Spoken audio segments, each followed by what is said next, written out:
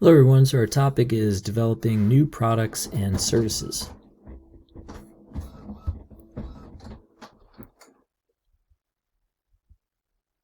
So as we look at Apple, Apple and its legendary product innovations have touched the lives of people on every continent for 40 years. Apple's revolutionized 5 different industries: personal computing, music, smartphones, tablet computing, and digital publishing. Apple's also created several market-changing innovations: the Apple II, the first commercial personal computer in 1977, Macintosh, the first PC with a mouse and a graphical user interface in 1984, iPod, the first successful MP3 music player in 2001, iPhone, the world's best multi-touch smartphone with almost 1 million apps in 2007, iPad and iPad mini, the thin tablet-shaped device that enables users to read books, newspapers, and magazines and textbooks in 2010 and 2012. Apple CarPlay, which uses iPhone while driving a car to make calls, listen to music, and access messages by voice or touch in 2014. Apple Watch, smartwatch, it's a market share leader in wearable technology in 2015. Apple AirPods in 2017, the wireless Bluetooth earbuds that revolutionized the headphone market, and HomePod, a Siri-powered premium speaker and smart home hub 2018. But they've also had some new product development stumbles. They've stumbled at times in pursuit of innovation. For example, the Apple III in 1980 and Apple Lisa in 1983 were intended for business users that failed due to design flaws. The Apple Newton in 1987, which is a PDA, personal digital assistant, that featured handwriting recognition software, had limited battery life and a very hard-to-read screen. The Macintosh Portable in 1989, Apple's first battery-powered portable computer, had a high price and an unportable weight of 16 pounds. The Hockey Puck mouse in 1998, first Apple mouse to use a USB connection, but the round shape made it difficult to hold and use. Apple learned from each stumble and applied insights from failure to later successful products. So, what's the next chapter in Apple's story? An Apple-enabled iCar? What major innovation is next for Apple? Maybe an Apple car in the future. Reports that Apple has teams of automotive design and computer software engineers to become a player in the automotive industry persist. Apple may partner with an existing car manufacturer to build the actual car. So as you look at what are products and services, the essence of marketing is to develop offerings that meet consumer needs. A product is a good, service, or idea consisting of a bundle of tangible and intangible attributes that satisfy consumers' needs. It's received in exchange for money or something else of value. A look at goods, services, and ideas. A good has tangible attributes that a consumer's 5 senses can perceive. A good may have intangible attributes consisting of its delivery or warranties, or more abstract concepts such as becoming healthier or wealthier. Goods can be divided into non-durable goods and durable goods. A non-durable good is an item consumed in one or few uses. It relies heavily on consumer advertising. Examples would be chewing gum or fuel. A durable good is one that usually lasts over many uses and emphasizes personal selling. Examples would be appliances, cars, and stereo equipment. Services are intangible activities or benefits that an organization provides to satisfy consumers' needs. They're received in exchange for money or something else of value. They have become a significant part of the U.S. economy, reaching almost 50% of its gross domestic product. An idea is a thought that leads to a product or action, like a concept for a new invention or getting people out to vote. Throughout your textbook, product generally includes not only physical goods, but services and ideas as well. As we look at classifying products, 2 broad categories of products widely used in marketing relate to the type of user. Consumer products are those purchased by the ultimate consumer. Business products are those that organizations buy that assist in providing other products for resale, also called B2B products or industrial products. Some products are both consumer and business items, such as an Apple iMac. Each classification results in different marketing actions. As a consumer product, the iMac would be sold through Apple's retail stores or directly from its website. As a business product, an Apple salesperson might contact a firm's purchasing department directly and offer discounts for large volume purchases. Consumer products differ in terms of the effort and how the consumer spends on the decision, the attributes in making the purchase decision, and the frequency of the purchase. There are 4 types of consumer products: convenience products, shopping products, specialty products, and unsought products. Convenience products are items that the consumer purchases frequently, conveniently, and with a minimum of shopping effort. Shopping products are items for which the consumer compares several alternatives on criteria such as price, quality, or style. Specialty products are items that a consumer makes a special effort to search out and buy. Unsought products are items that the consumer does not know about or knows about but does not initially want. Each type of consumer product stresses different marketing mix actions, degrees of brand loyalty, and shopping effort. How a consumer product is classified depends on the individual. One person may view a camera as a shopping product and visit several stores before deciding on a brand. Another may view a camera as a specialty product and will make special effort to buy only a Nikon.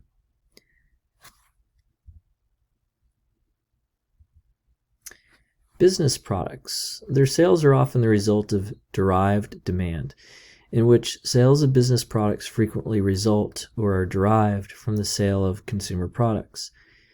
An example: as demand for Ford cars, a consumer product, increases, the firm may increase its demand for paint spraying equipment, a business product.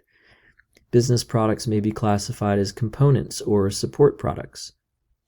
Components are items that become part of the final product, which include raw materials such as grain or lumber, assemblies, or parts.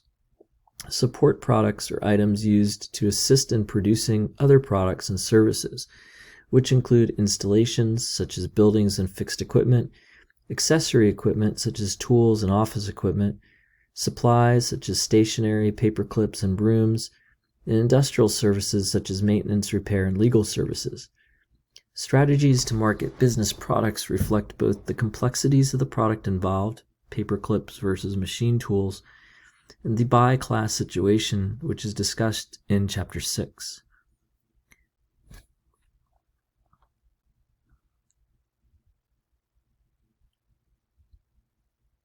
So as we look to classify services, services can be classified according to whether they're delivered by people or equipment, for-profit organizations, business firms or nonprofit organizations, and government agencies.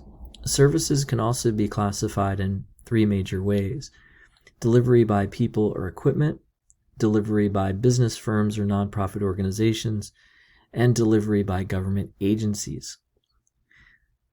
Delivery by people or equipment, people-based services. We have professional services that include those offered by management consulting firms such as Booz Allen and Hamilton or Accenture. Sears utilizes skilled labor to offer appliance repair services. Brinks uses unskilled labor to provide store security services. Equipment-based services do not have inconsistency concerns because people are removed from providing the service. A growing number of customers use self-service technologies. Delivery by business firms or nonprofit organizations are where privately owned companies must make a profit. Nonprofits seek to satisfy clients and be efficient. Nonprofit organizations have used marketing to improve their communications and better serve those in need. Delivery by government agencies. Federal, state, and local government agencies provide a broad range of services. They've adopted many marketing practices used by business firms. An example, the United States Postal Service. So services are intangible activities or benefits that an organization provides to satisfy consumers' needs in exchange for money or something else of value. 4 unique elements distinguish services from goods: intangibility, inconsistency, inseparability, and inventory. As we look at those 4 I's of services that consist of the ones listed here, intangibility, services tend to be intangible. They cannot be held, touched, or seen before the purchase decision. Services are difficult for consumers to evaluate because they tend to be a performance rather than an object. As a result, marketers must make services tangible in some way and show the benefits of using the service. Inconsistency, because services depend on the people who provide them, their quality varies with each person's capabilities and day-to-day job performance. Inconsistency is more of a problem with services than with tangible products. Tangible products can be good or bad in terms of quality. With modern production lines, the quality of tangible products will at least be consistent. Inconsistency can be reduced through standardization and training. Inseparability, consumers cannot separate the service provider from the service itself. And inventory of services is different from that of products. Inventory problems exist with products because many items are perishable and there are costs associated with handling. Idle production capacity occurs when the service provider is available but there's no demand for the service. With services, inventory carrying costs are more subjective. The inventory cost of a service is the cost of a person used to provide the service along with any needed equipment. Inventory carrying costs can be low or non-existent because idle production capacity can be cut back by either reducing employee hours or paying them on commission. Businesses find it useful to distinguish between core product and supplementary services. Example, U.S. Bank has core service, checking account, and supplementary services in terms of parking and ATM.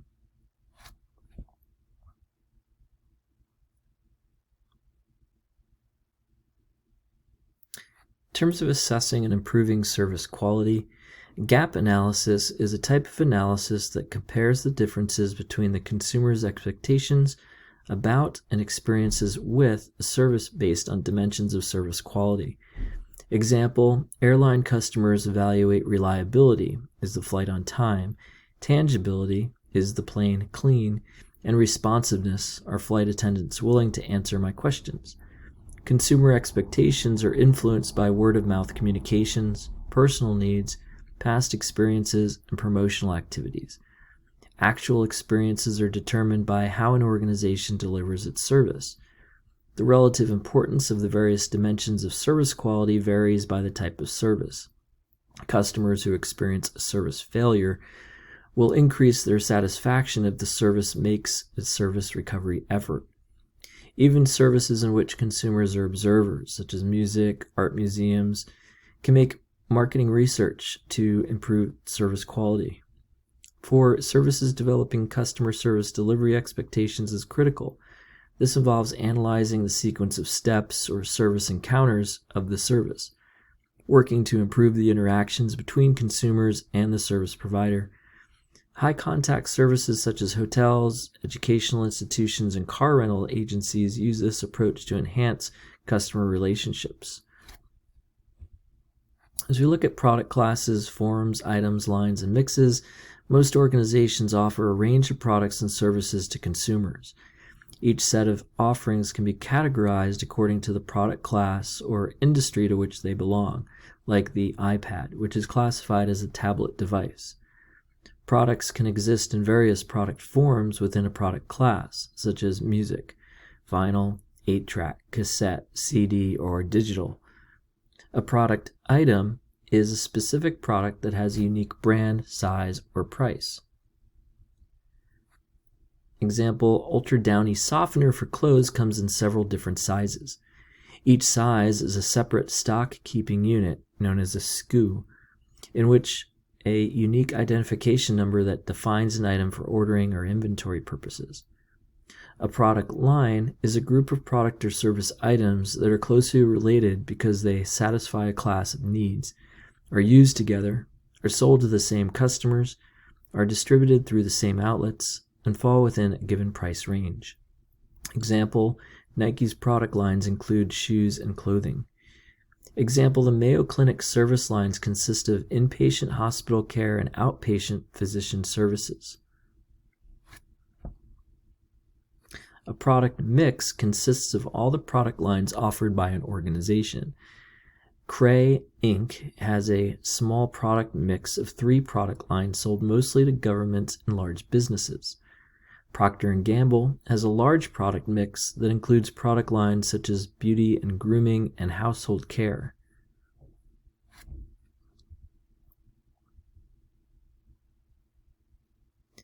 So, new products and why they succeed or fail.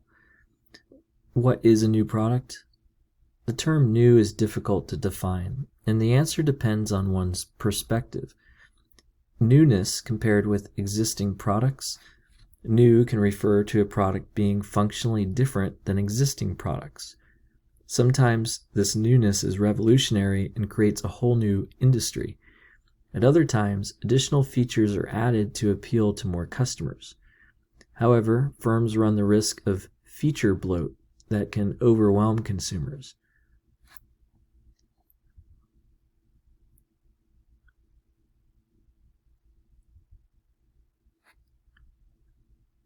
So, newness from the consumer's perspective. This approach classifies new products in terms of their effects on consumption according to the degree of learning required by the consumer to use a product. Continuous innovation. Consumers don't need to learn new behaviors when adding new features in this case. The marketing strategy is not to re-educate users, but to generate consumer awareness of the new or improved product. An example would be Colgate Total toothpaste. Dynamically continuous innovation. Only minor changes in consumer behavior are required. The marketing strategy is to educate prospective buyers on the product's benefits, advantages, and proper use. Example would be Procter & Gamble's Swiffer WetJet. Discontinuous innovation. Consumers must learn entirely new consumption patterns. Marketing strategies involve gaining initial consumer awareness, educating consumers on both the benefits and proper use of the innovative product, activities that can cost millions of dollars. Example would be buying a wireless router for your computer.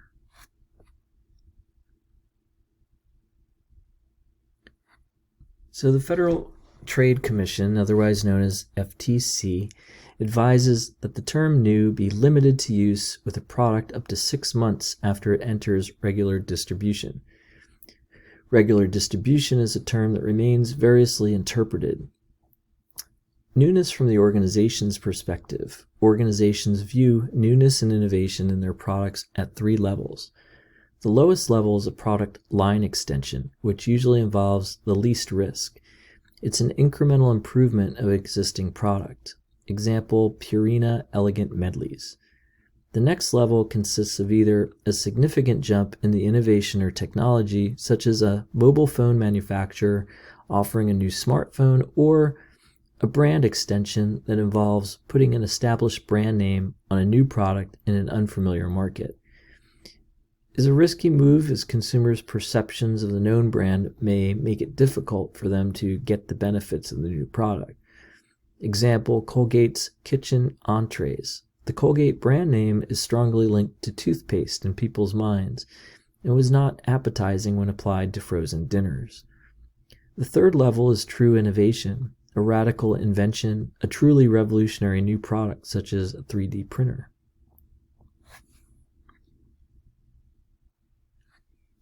So while there are many huge product successes, there are thousands of failures each year costing businesses billions of dollars. A protocol is a statement that, before product development begins, identifies a well-defined target market, specific customers' needs, wants, and preferences, and what the product will be and do to satisfy consumers. Research suggests that it takes about 3,000 raw, unwritten ideas to produce a single commercially successful new product. Most American families buy the same 150 items over and over again, making it difficult to gain buyers for new products. Less than 3% of new consumer packaged goods exceed first-year sales of $50 billion, the benchmark of a successful consumer product launch.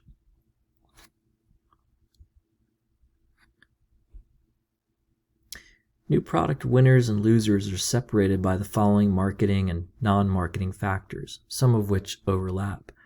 Insignificant point of difference. It's the single most important factor that enables a new product to defeat competitive ones.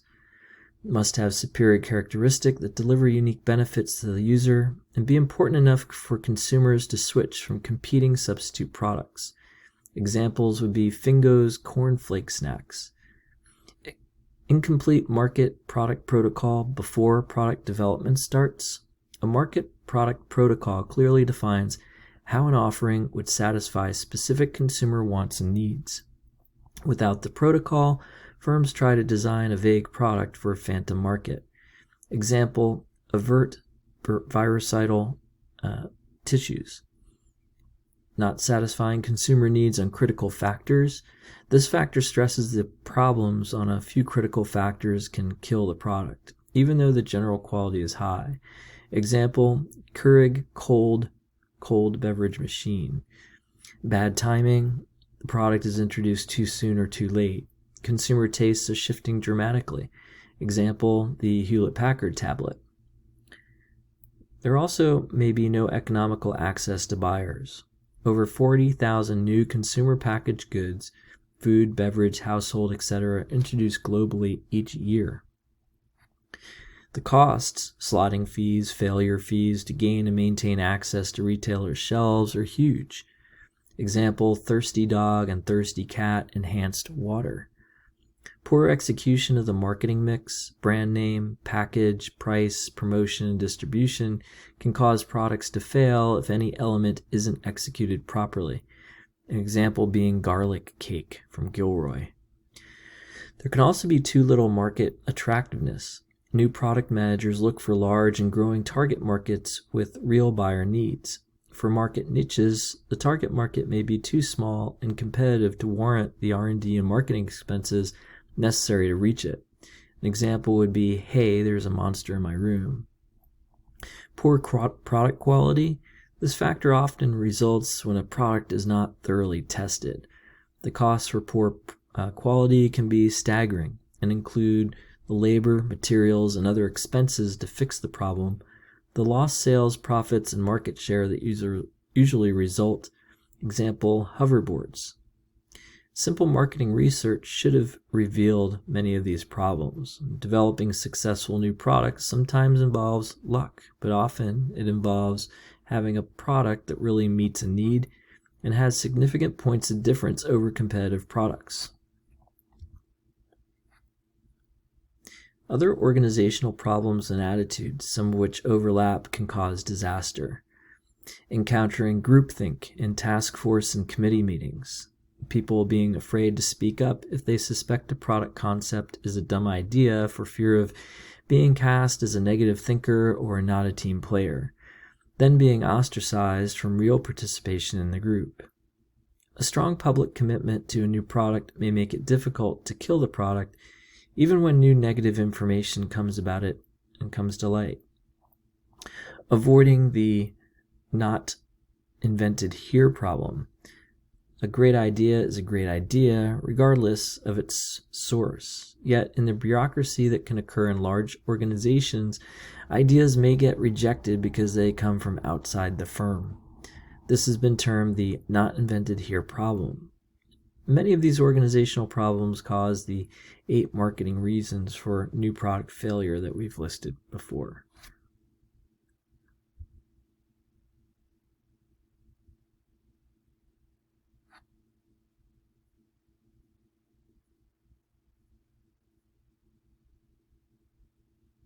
So as we look at the new product development process, it consists of 7 stages an organization goes through to identify opportunities and convert them to saleable products or services.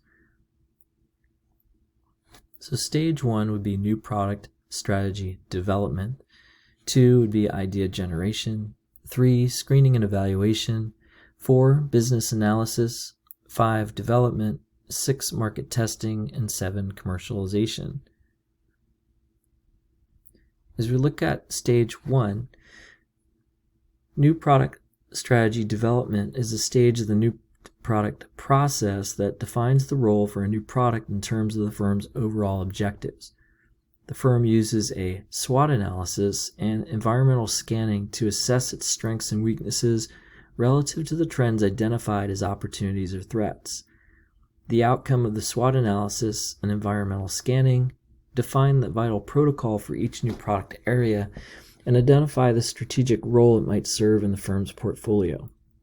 Occasionally, a firm's stage 1 activities can be blindsided by a revolutionary new product or technology that completely disrupts its business, sometimes called a disruptive innovation.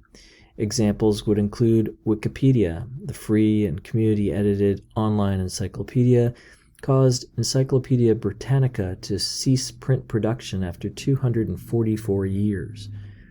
Digital photography, invented by Kodak, digital cameras made film and film cameras obsolete by the mid-2000s and drove Kodak into bankruptcy. Kodak did not actively market its digital cameras because it wanted to protect its film business, the firm's business.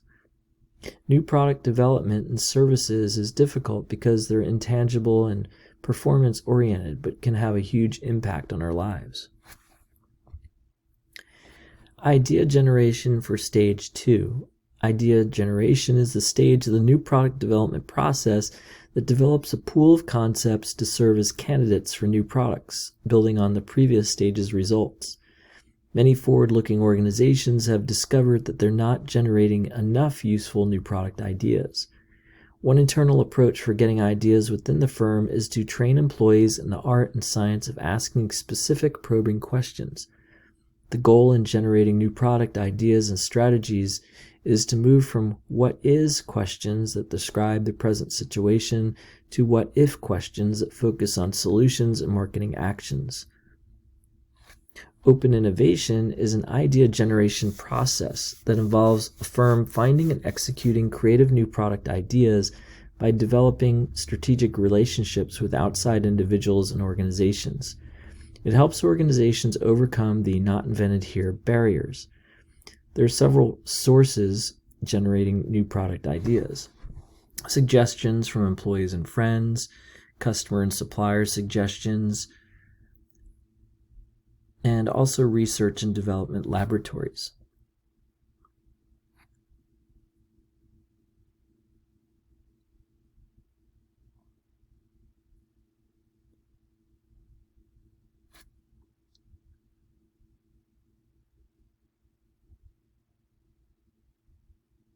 As we look at stage 3, screening and evaluation, this stage of the new product process looks at internally and externally evaluations of new product ideas to eliminate those that warrant no further effort. The internal approach: internally, the firm's employees evaluate the technical difficulty of a proposed new product idea and determine whether it meets the objectives defined in a new product strategy development step. When screening new service ideas, service-dominated organizations need to ensure that employees have the commitment and skills to meet customer expectations and sustain customer loyalty, an important criteria in screening a new service idea. This is the essence of customer experience management, which is the process of managing the entire customer experience within the company. Marketers have to consider employees' interactions with customers so that the new services are consistently delivered and experienced, clearly differentiated from other service offerings, and relevant and valuable to the target market. The external approach: concept tests or external evaluations with consumers that consist of preliminary testing of a new product idea rather than an actual product. These tests are more useful with minor modifications of existing products than with really new, innovative products. Concept tests rely on written descriptions of the product, but may be augmented with sketches, mock-ups, or promotional literature. Questions asked during concept testing are: how does the customer perceive the product, who would use it, and how would it be used?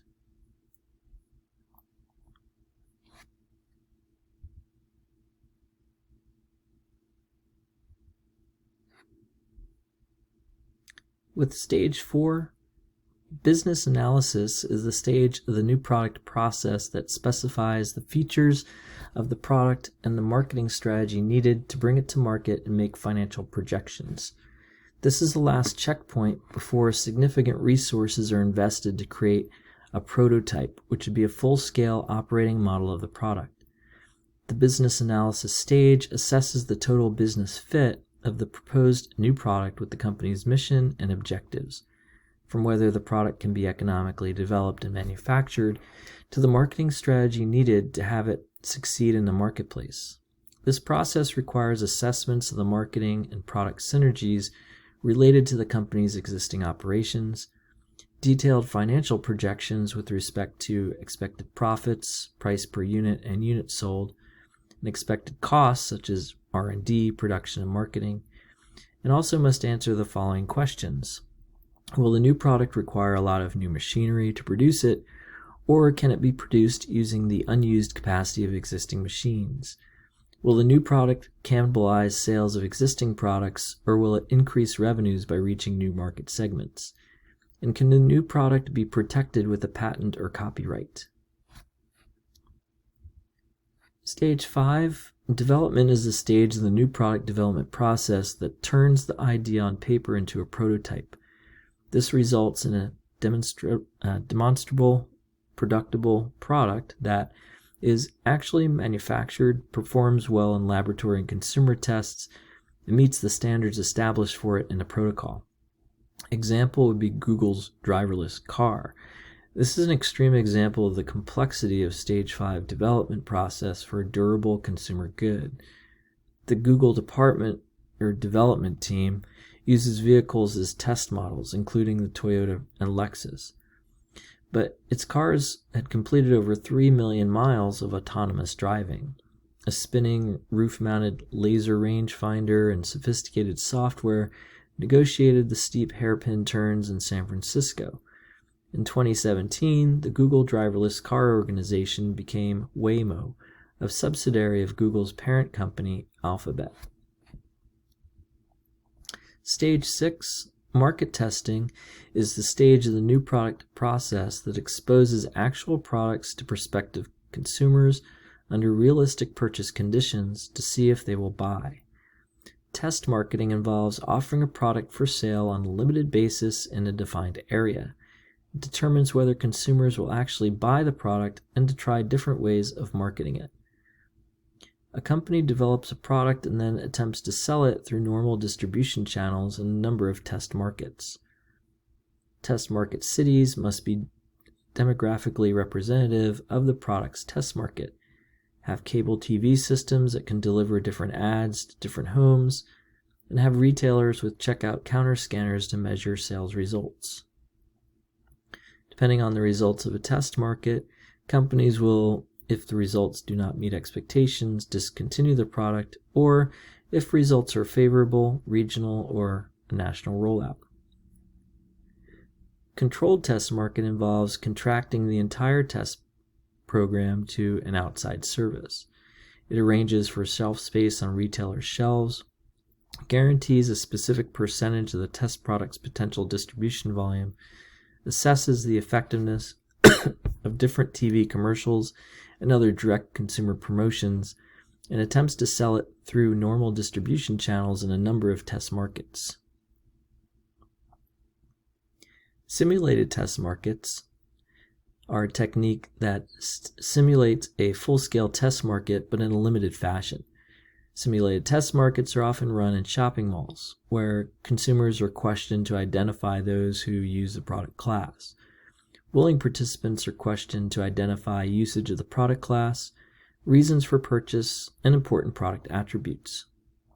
Qualified persons are then showed TV or print ads for the test product along with competitors' advertising. Finally, they're given money to make a decision whether to buy the firm's product or a competitor's product from a simulated store environment. Stage 7, commercialization, is the stage of the new product process that positions and launches a new product in full-scale production and sales. It's the most expensive stage for most new products. A firm may permanently halt new product launch. If competitors introduce a product that leapfrogs the firm's own new product, or if cannibalization of its own existing products looks significant. The Boeing 787 Dreamliner is an example. In 2004, Boeing announced the Boeing 787 Dreamliner, which could burn 20% less fuel and cost 30% less to maintain than present airliners. It cost billions to develop. By 2013, Boeing had orders for almost 1,300 Dreamliners. With all the new technology in the Dreamliner, technical nightmares appeared even after extensive testing. Its wings, now made with plastic-reinforced carbon fiber instead of aluminum, proved difficult to produce and attach to the fuselage. With its new high-tech skin, lightning doesn't dissipate like it did with the old aluminum skin. Its lithium-ion batteries, which provide electrical power, caught fire on 2 Dreamliner aircraft, prompting regulators to ground all Dreamliners in service around the world. The Wall Street Journal gave the best new product lesson from the Boeing 787 Dreamliner example. Innovation, for all its value, doesn't come as easily as a catchphrase. It can get messy.